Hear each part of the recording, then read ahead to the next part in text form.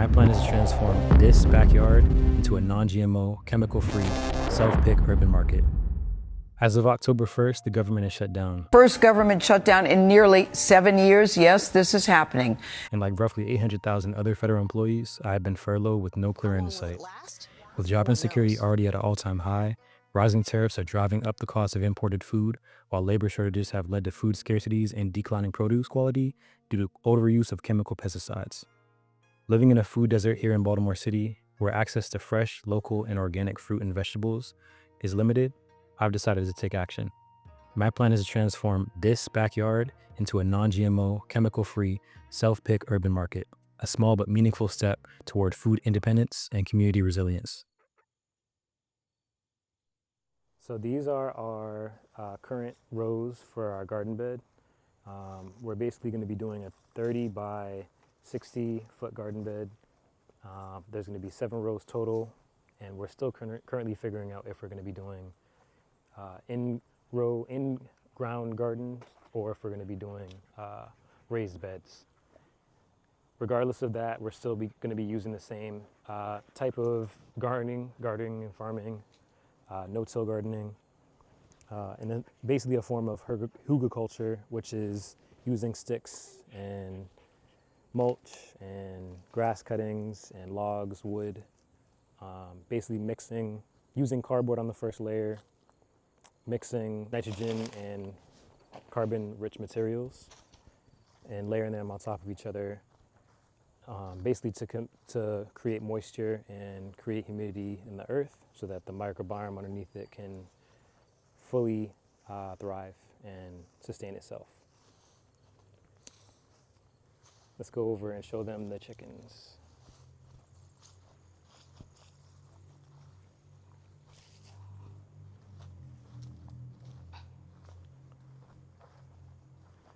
So you might have seen before, this is a chicken coop that I built a year or two ago. And it is basically a 6 by 10 run and then a 6 by 6 chicken coop or hen house. Currently we have 6 chickens in here. Only one is laying. One just finished laying. She's a little bit older. And these 2 chickens we actually got from a friend of a friend in the last chicken egg shortage. We had chickens before. They were unfortunately killed by a fox because we had them running outside as we like to let them free range. And basically a fox ended up getting to them one early morning, and I'll give you another story about that later.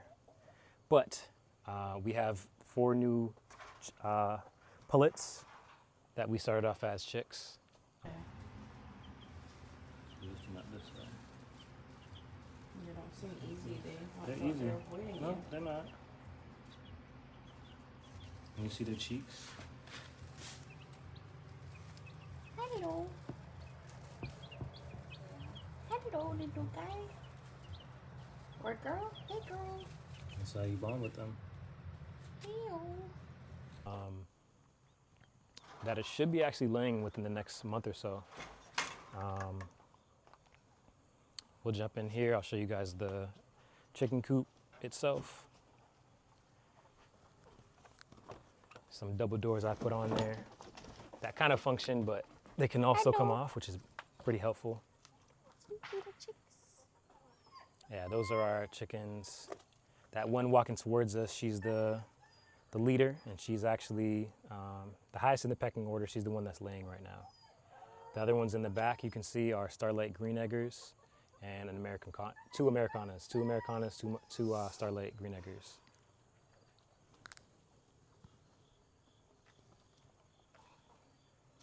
Over here, I'll show you some of the eggs.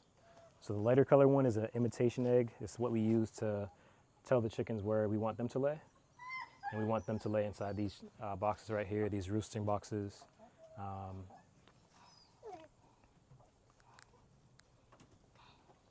There's some more of the eggs. They're actually pretty decent sized eggs. I'd consider them extra large eggs. If you put them next to what they consider an extra large egg. I don't know if you can see it properly, but they are pretty big eggs.